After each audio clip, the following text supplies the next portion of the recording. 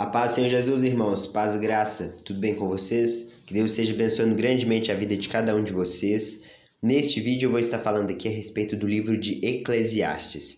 O objetivo dessa série de vídeos que eu vou estar fazendo aqui é com o propósito de defender a fé, defender toda a palavra de Deus sobre versículos que estão em Eclesiastes que aparentemente contradizem tudo que está na Bíblia.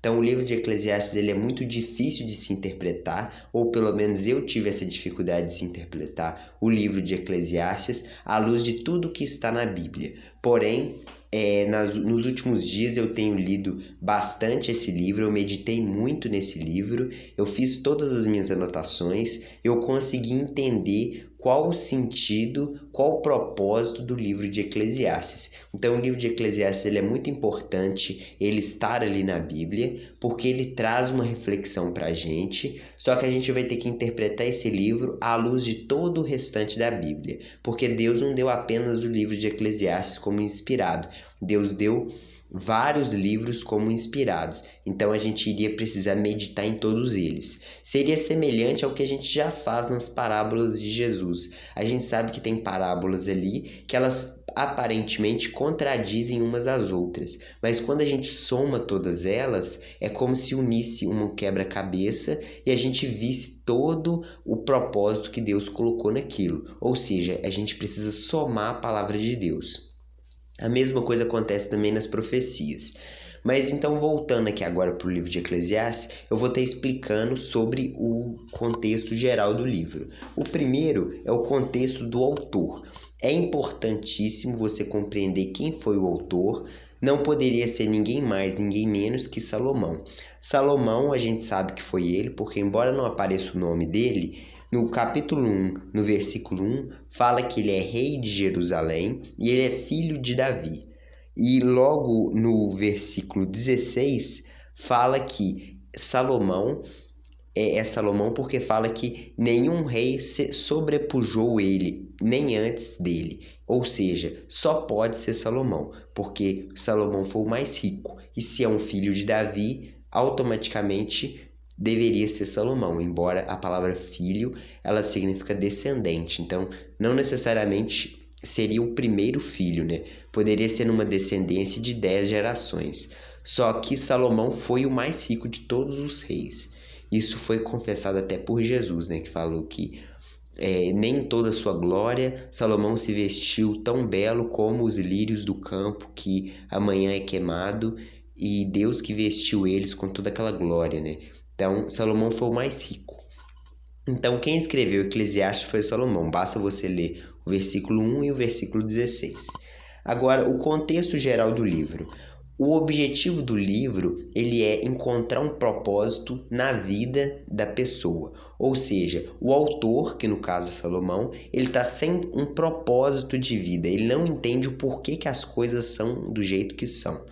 No versículo 1, ele vai falar assim: Palavra do pregador, filho de Davi, rei de Jerusalém. Vaidade de vaidades, diz o pregador. Vaidade de vaidades, tudo é vaidade. Que proveito tem o homem de todo o seu trabalho, com que se afadiga debaixo do sol?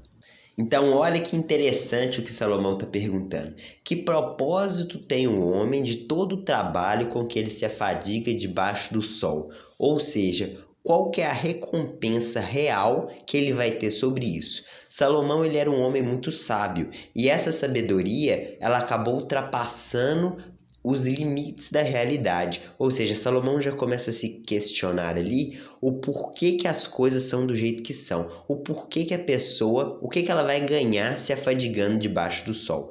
E todo o livro de Eclesiastes é uma série de argumentos mostrando, dentre outras coisas, reforçando essa tese, que a pessoa não ganha nada por se afadigar debaixo do sol.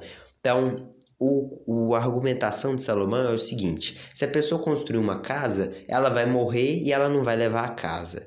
Se a pessoa buscar a sabedoria, ela vai morrer e a sabedoria acabou. Se essa pessoa buscar o prazer na vida, igual isso vai falar no capítulo 2, ele vai falar assim: se a pessoa buscar o prazer do riso, disse, é loucura. Ou seja, ele está falando que até a alegria da vida é uma loucura, porque o problema de Salomão era o problema da morte. Se a morte ia dar fim em todas as coisas, não valia a pena construir nada nesse mundo. E o interessante também é que na época de Salomão, naquela época, o rei Salomão não teve o compreendimento correto que haveria de acontecer a ressurreição dos mortos no fim dos tempos. Ou seja, na mentalidade de Salomão, aquilo que ele entendia daquilo que ele tinha a Bíblia, porque ele tinha os primeiros livros da Bíblia já escritos, a época de Samuel, tudo aquilo já havia acontecido. Então, Salomão conhecia as histórias de Abraão, de Moisés, de Samuel, mas ele não entendeu o que haveria de acontecer a ressurreição. Eu sei que isso pode parecer estranho, porque a gente pensa, mas Salomão era profeta. Salomão teve sonho de Deus, mas não significa que o entendimento da Escritura sobre a ressurreição estaria na cabeça dele. E ao mesmo tempo a gente sabe que o pai dele, Davi, teve o entendimento de que aconteceria a ressurreição. Ou seja, até o entendimento da palavra de Deus não depende. Às vezes o pai dele, Davi, teve o entendimento, passou isso para o povo. Mas Salomão pode até ter escutado, mas ele não entendeu da forma concreta de que realmente a ressurreição haveria de acontecer, porque realmente isso não estava escrito em lugar nenhum. Então isso vale também para hoje. Às vezes pessoas ali muito próximas, um pode ter um entendimento de que as coisas acontecerão assim, assim, assim, na tribulação, na volta de Jesus, a respeito da besta, e às vezes uma pessoa ali que está muito próxima do seu lado, ela não vai entender nada disso. Então, é a realidade das coisas, não adianta, cada pessoa tem o seu progresso na palavra de Deus conforme o que cada um busca, embora que as convivências que a gente tem acabam ajudando a gente. No caso de Salomão, Salomão não teve o entendimento que haveria de acontecer a ressurreição. Se ele tivesse entendido isso, ele nunca teria escrito Eclesiastes. Então, o sentido de Salomão fazer essa pergunta é por causa do problema da morte. É isso que Salomão precisa resolver no livro, e ele não consegue achar uma argumentação saudável. Durante todo o livro, a gente percebe que até o final dele, embora Salomão está fazendo muitas perguntas, mesmo assim ele vai concluir o livro confessando que o que importa de tudo é temer a Deus, mesmo sem entender o porquê que as coisas eram daquele jeito. Mesmo assim, Salomão chega na conclusão final de que o importante é temer a Deus. Ele vai falar assim: de tudo que se tem ouvido, a suma é: teme a Deus e guarda os seus mandamentos, porque isto é o dever de todo homem. A conclusão então que Salomão teve é que de tudo que ele falou, ele pergunta: que proveito tem de trabalhar debaixo do sol? Que proveito isso vai trazer para a vida do homem, né? Qual que é a recompensa por todo aquele trabalho que ele teve?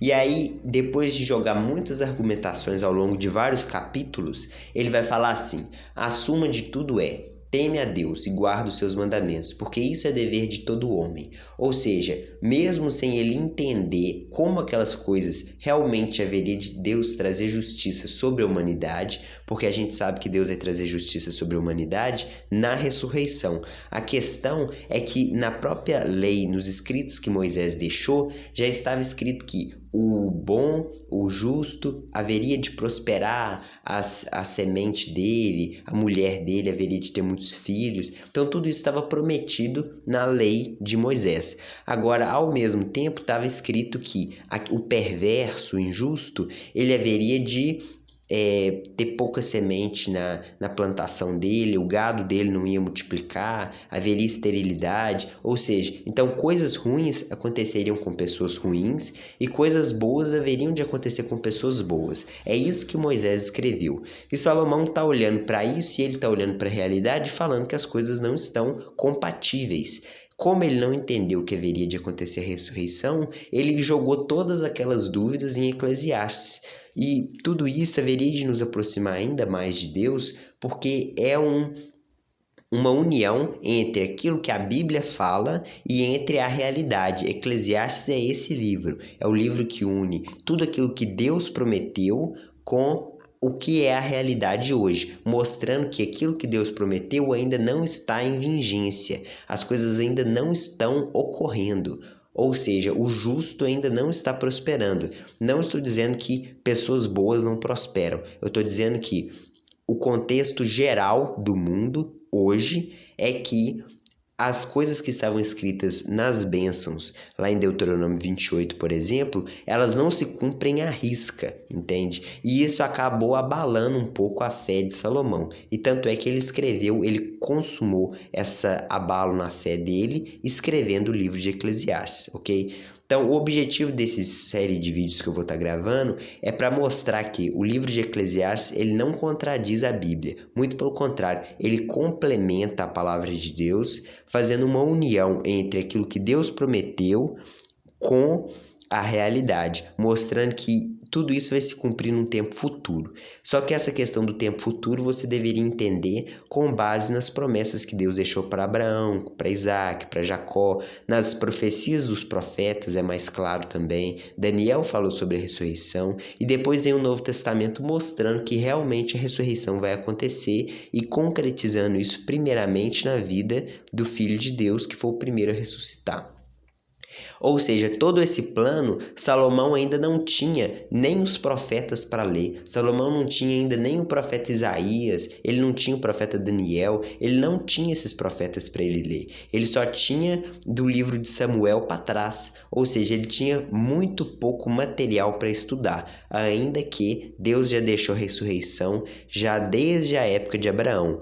Mas a pessoa deveria ter uma visão ali muito longe para ela conseguir enxergar todas essas coisas, beleza? Então o objetivo do vídeo é uma apologética, é uma defesa da fé cristã dentro do livro de Eclesiastes, mostrando que Eclesiastes está em completo acordo com tudo aquilo que está na Bíblia, beleza? E aí eu vou estar gravando também sobre temas específicos e toda a argumentação usada por Salomão dentro do livro de Eclesiastes, mostrando que a argumentação dele é válida, tudo que está ali é verdade, é inspirado por Deus, só que depois que a pessoa compreende a ressurreição, depois que a pessoa compreende o mundo vindouro, a pessoa vai ver que todas aquelas dúvidas ali que Salomão tinha, um homem inspirado por Deus, todas aquelas dúvidas que ele estava tendo eram as mesmas dúvidas que nós temos. Então, o porquê que o justo não está prosperando conforme está escrito na palavra?